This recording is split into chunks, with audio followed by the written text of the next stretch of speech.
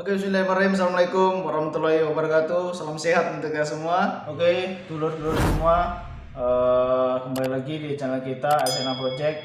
Oke, Lur, untuk konten kali ini kita akan kembali lagi sedikit berbagi pengalaman. Untuk kali ini kita akan berbagi pengalaman cara membalut luka dengan cara yang baik dan benar ya.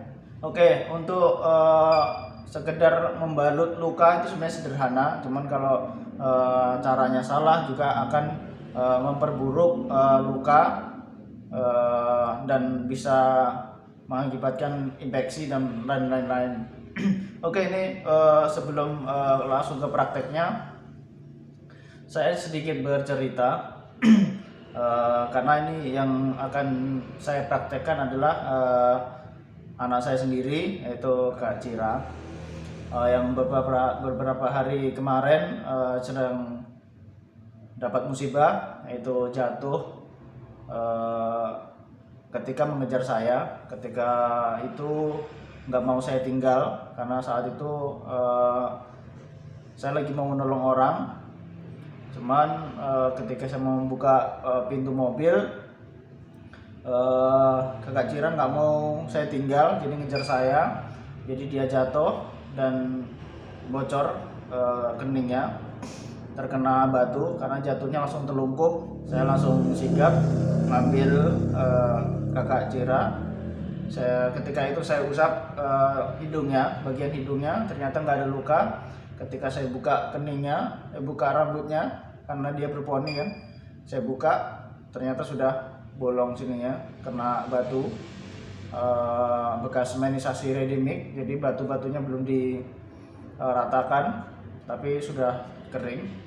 Jadi batunya kelihatan masih menonjol. Nah, jadi langsung kena ke kepalanya. Jadi langsung saya bawa ke puskesmas, langsung dibersihkan darahnya, terus diberi gentamicin, terus diperban. Kenapa saya memutuskan untuk merawat anak saya sendiri? Kenapa tidak merawat aja, merawat Kakak Cira? Karena alasan yang pertama,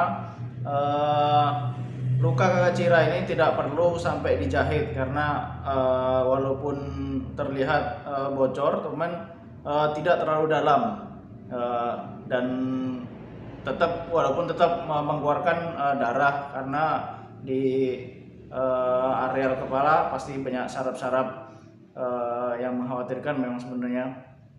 Cuman untuk ini sudah dicek dengan perawat dari puskesmas, tidak masalah untuk dirawat di rumah. Walaupun demikian, saya juga tetap minta saran dan pendapat sama perawat dan dokter-dokter yang saya kenal di rumah sakit. Dan alhamdulillah saya juga ada channel ke situ, karena saya pribadi juga masih anggota kesehatan, walaupun bukan perawat atau bukan dokter. Saya masuk di anggota kesehatan Indonesia Raya, atau disingkat KESIRA.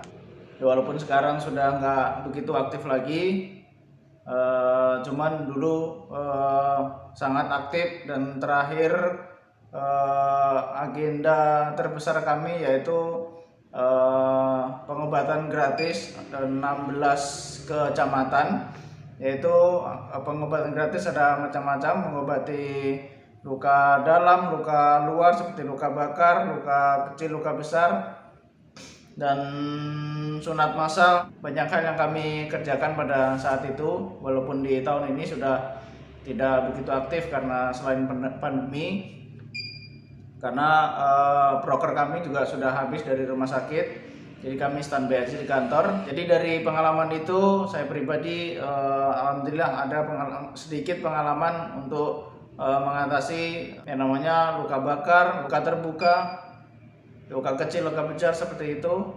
Insya Allah saya bisa menangannya sendiri di rumah, walaupun tetap pengawasan dokter dan perawat, saya tetap komunikasi. Oke, langsung saja lanjut ke prakteknya guys. Salam sehat untuk kita semua. Salam. Oke Lur, sebelum kita membuka perbannya, kita siapkan dulu alat-alat yang kita butuhkan untuk pengobatan. Ini ada air infus. Di sini saya fungsikan untuk membersihkan luka sebelum kita perban kembali nantinya. Untuk membukanya cukup kita masukkan alat yang sudah disediakan dari rumah sakit. Kita sediakan secukupnya saja untuk air infusnya. Untuk air infus sendiri bisa kita beli di rumah sakit ataupun di puskesmas, di klinik juga bisa. Untuk selanjutnya kita sediakan salep gentamicin-nya dan kasa steril. Gunakan tipis saja untuk pengobatan lanjutan karena agar angin bisa masuk untuk mempercepat penyembuhan. Yang selanjutnya ada ketembat. Kita siapkan secukupnya saja untuk membersihkan luka-luka menggunakan air infus yang kita sediakan tadi. Dan selanjutnya kita buka perlahan perban yang sudah menempel. Untuk membuka perban usahakan dari atas ke bawah ya lur, karena untuk menghindari sakit karena rambut-rambut kecil akan terjabut.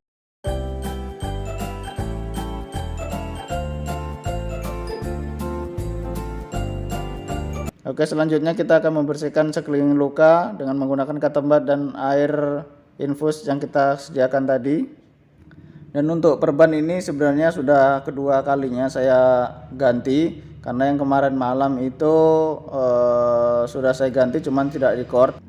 Untuk mengganti atau membuka perban itu sendiri sebenarnya lebih baiknya itu 3 hari. Tujuannya agar otot atau urat-urat yang menyambung atau yang sudah mau sembuh agar tidak terganggu untuk penyembuhan selanjutnya. Cuma kemarin malam saya cek masih ada sedikit keluar darah, jadi saya putuskan untuk membersihkan untuk menjaga kebersihannya. Kemudian selanjutnya kita oleskan sedikit salep gentamicin-nya. Untuk perban itu sendiri kita potong tipis untuk memberi udara agar mempercepat proses penyembuhannya. Perlu diperhatikan juga sebelum kita memberi salep gentamicin-nya bisa kita beri air infusnya agar ketika nanti kita mengganti perban agar luka tidak lengket dengan perbannya.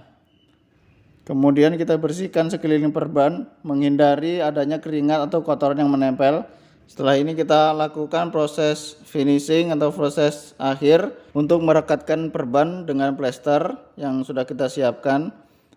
Dan usahakan jangan sampai terkena rambut, bulu halus, kotoran, air termasuk juga air keringat, karena plester ini mudah terbuka ketika terkena air, kotoran ataupun bulu-bulu halus termasuk juga rambut.